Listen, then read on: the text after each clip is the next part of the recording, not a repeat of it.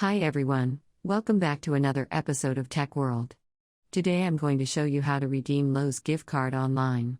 So keep watching the video till the end and don't forget to subscribe to our channel by hitting that subscribe button. Also press the notification bell icon so that you never miss another upcoming updates from us. You can easily redeem your gift card online while shopping with Lowest.com. You can use your gift card as a payment method while checking out with a product. So let me show you how you can do that. Click open your web browser of your choice in the web address bar that pops up at the very top. Type in www.lowest.com and press enter.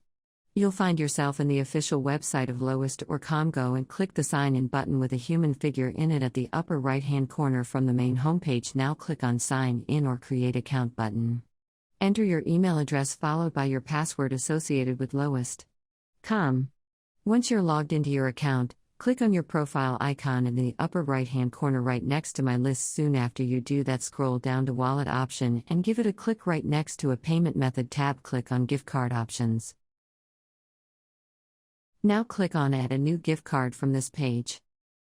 Enter your card number that is available at the back of your gift card by gently removing the metallic strip. Once you enter your card number, enter your PIN code on the next field. Soon after you do that, typing your name of the gift card, and finally click on Add Gift Card button at the bottom. Soon after you enter a gift card and add it on your account. Next time you shop with Lowes.com while making a payment for a product, you can click on Add Lowe's Gift Cards button and enter your gift card number along with your PIN number and click on Apply. That way you'll be able to redeem your gift card while making a purchase online during checkout process.